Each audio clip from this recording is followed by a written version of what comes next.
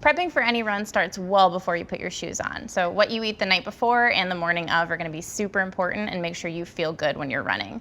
This applies to any run, but it's especially important before any long trail run or a race. So let's talk about what to eat.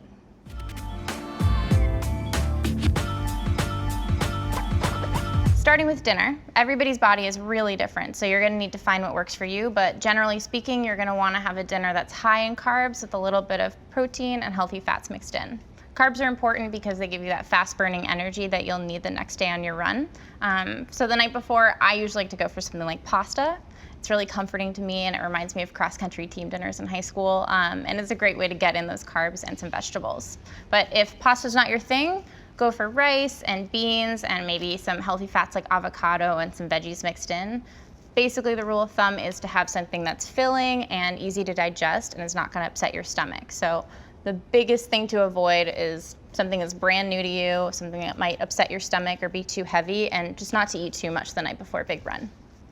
So for breakfast, you're gonna wanna focus on carbs, just like dinner, but if you're gonna be out for a couple of hours, it's also important to mix in some protein so you get that slow burning energy on the trail.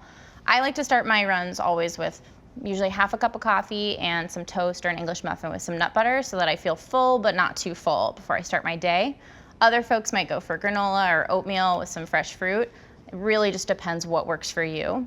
Generally speaking, you'll want to aim for 400 to 600 calories before you start going, but again, varies person to person. So most important thing is to test out what you're going to eat before a run before you actually head out for a really long run or race.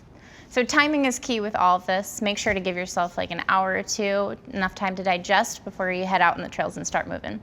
If you want to learn more about what to eat while trail running, be sure to check out our other videos, and I hope to see you on the trails.